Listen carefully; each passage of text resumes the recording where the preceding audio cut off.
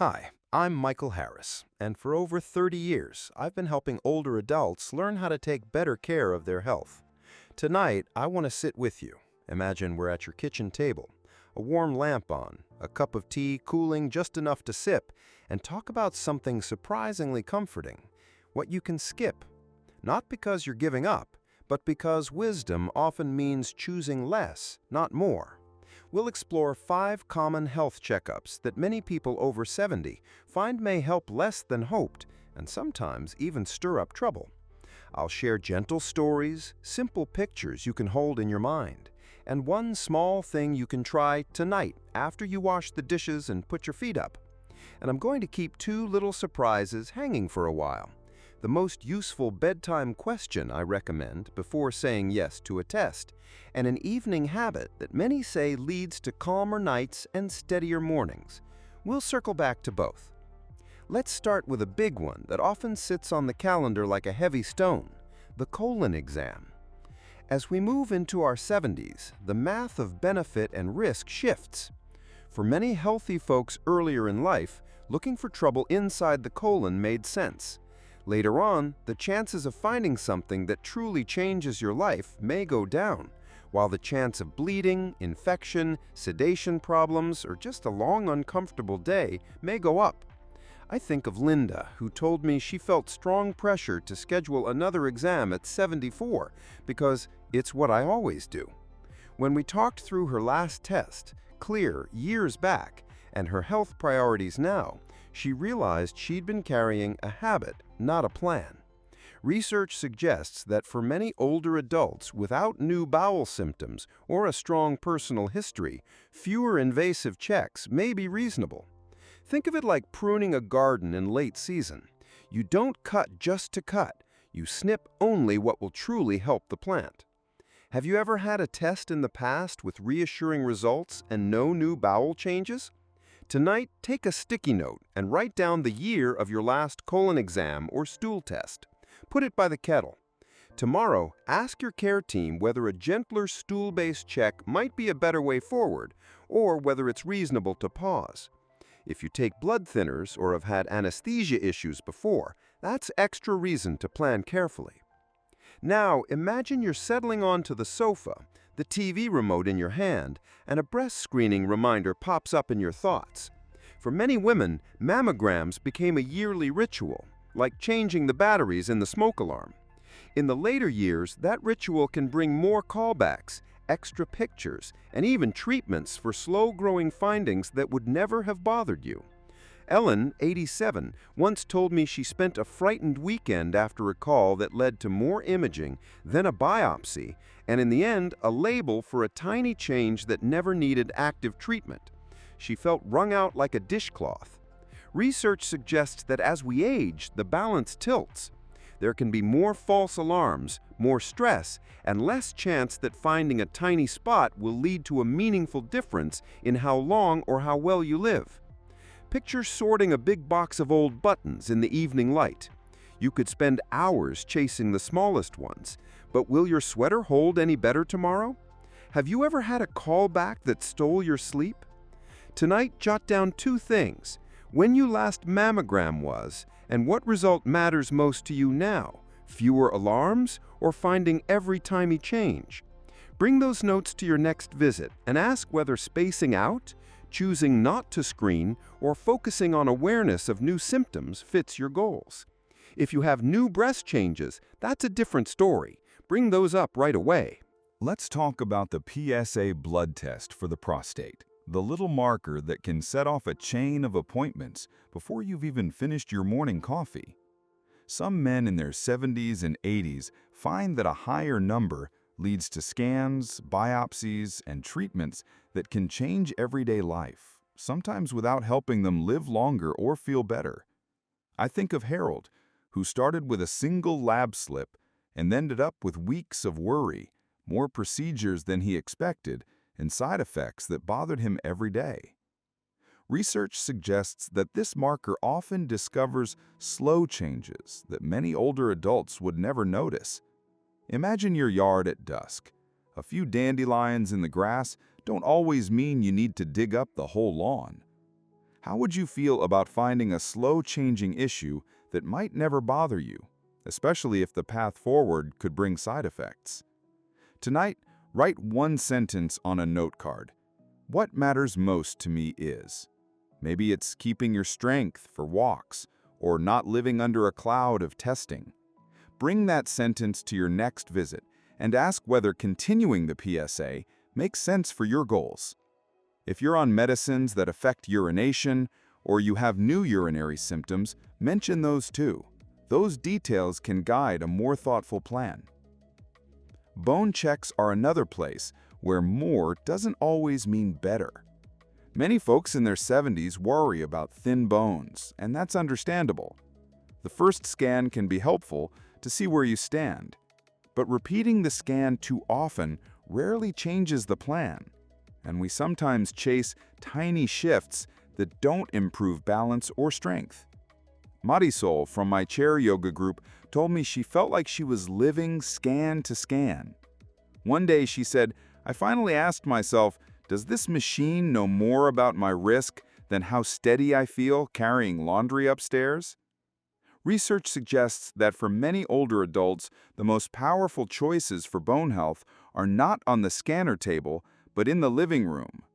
Gentle strength moves, balance practice, safe shoes, and fall-proofing the home. Picture your bookshelf. You can measure it every month, but what really keeps it steady are the brackets in the wall. How steady do you feel when you stand from your favorite chair? Tonight, try a simple test.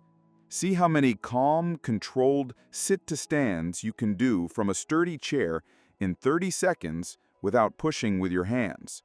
If it's tough, no shame, just a clue. Put a nightlight in the hallway and move that small rug that likes to slide. Those tiny steps may support you more than a schedule full of scans. Here's a tempting one because it promises certainty: the just-in-case executive checkup or whole body scan. It's often sold like a luxury car wash for the body. Many tests, many images, and the idea that you'll catch absolutely everything. The problem is, those scans may pick up little shadows that would never matter, which can lead to procedures you don't need. I remember a neighbor, Gary, who went to a screening event at a hotel ballroom. He came home with a packet full of test names and a head full of worry. Weeks later, after more visits and an invasive follow-up, he learned that the something on a scan was a harmless wrinkle of tissue. Research suggests that when you screen broad areas of the body without a clear reason, you often find little things that lead to more testing, not more peace. Do health fair flyers or ads for scans make your heart race a little bit? Tonight, place one question card by your remote. Will this test change what I'll do tomorrow? If the honest answer is no, that's a sign to pause and talk it through before you sign up. If you've had reactions to contrast dye or you live with kidney issues, mention that before any imaging. Contrast and kidneys need extra care. Another place worth a gentle second look is the routine heart check without symptoms. Yearly stress tests or EKGs just to reassure yourself. If you're not having chest discomfort, breathlessness beyond your usual, or new limits in your everyday walks, these tests sometimes create more questions than answers. Leela told me she signed up for a treadmill test because a friend did one, even though she felt fine. A small blip led to another test, which led to a sleepless week, which led to all clear. She laughed about it later but said, "I used up a lot of calm for no good reason." Research suggests that testing hearts that aren't sending signals can reveal harmless variations that pull you into a maze. Think of your favorite old radio. If it's playing your station clearly, twisting the knobs just to check can add static you didn't have. Do you notice a new kind of breathlessness or chest tightness that arrives with effort and eases with rest? That's a reason to speak up soon. If not, tonight, try a small heart-friendly habit. During a TV commercial break, march gently in place by the sofa arm, holding on if you need, for as long as the commercial lasts. Tune in to how you feel. If anything is unusual, jot it down for your next visit. These examples share a theme we often forget in the world of forms and reminders. At a certain stage of life, the goal shifts from chasing every possible problem to protecting your energy, your comfort, and your days. An exam or scan may be useful when a new symptom appears or when your personal history points that way. But when the only reason is habit or fear, pausing can be wise. Picture your day like a cozy quilt spread across the bed. Every unnecessary test is a little tug at the corner. Time, worry, travel, sometimes soreness. Your goal is to keep that quilt smooth so you sleep better tonight and wake steadier tomorrow. Let's weave in a few gentle picture stories you can try on like a sweater. Imagine you're rinsing your dinner plate and looking out the window at the porch light. The thought of a test you've always done floats by. What if, instead of calling tomorrow to schedule it, you put a small card on the fridge with 3 sentences? What matters most to me is, I want fewer alarms. I want to stay strong enough to take my morning walk. How would your choices change? Or picture yourself on the couch, your phone screen dimmed, reading a message from a friend who swears by a scan. Before replying, close your eyes and run a tiny movie in your mind. The waiting room, the follow-up calls, the possibility of a harmless finding, the restless sleep. Does your body lean forward or lean back? Research suggests that when we slow down and choose tests that truly change actions, we're more likely to feel at peace with our health plan. Here's a metaphor I love. Think of your health like a well-packed carry-on bag for a weekend trip. Space is limited. If you fill it with just-in-case gadgets, you crowd out the sweater you'll wear every day. Your energy is that bag. Will an extra scan crowd out your strength exercise, your visit with a friend, your quiet walk after dinner? You might be wondering, how do I say no without feeling like I'm being careless? That brings me back to the first open loop, the most useful bedtime question. Before you agree to any test, ask, if this test is positive, what would we do? If it's negative, what would we do? Will either change how I live next week. Say it out loud if it helps. If the answer is, we would keep doing what we're already doing, then the test may not be worth your evening calm. If you live with conditions like diabetes or reflux, or take blood thinners or anticoagulants, or have allergies to contrast, add a soft follow-up. How do those factor into the plan? That simple check can save you from fasting that drops your sugar too low, sedations that need extra planning, or dyes that your body doesn't like. Let's circle through a few more everyday images and turn them into small steps, because small steps are where confidence grows. You're at the dining table with a crossword or your favorite word game. Keep a small health choices notepad next to your pen. Each evening, write one question you want to bring to your next visit. What's the simplest way to watch my colon without an invasive test? If I skip screening this year, how will we keep an eye on things? Are there symptoms I should watch for that would change our plan fast? Many people report that this little ritual may support clearer decisions and calmer nights. Imagine the hallway to your bedroom. Tonight, make it a health hallway. Tuck away cords, anchor rugs, turn on a nightlight. While it might not sound as fancy as a scan, research suggests that reducing falls can support independence far more than repeating tests. Picture your slippers lined up like 2 friendly boats ready to carry you safely to bed. Do you feel steadier knowing you tended your real-world risks? Here's a small story from a neighbor who loves sports on TV.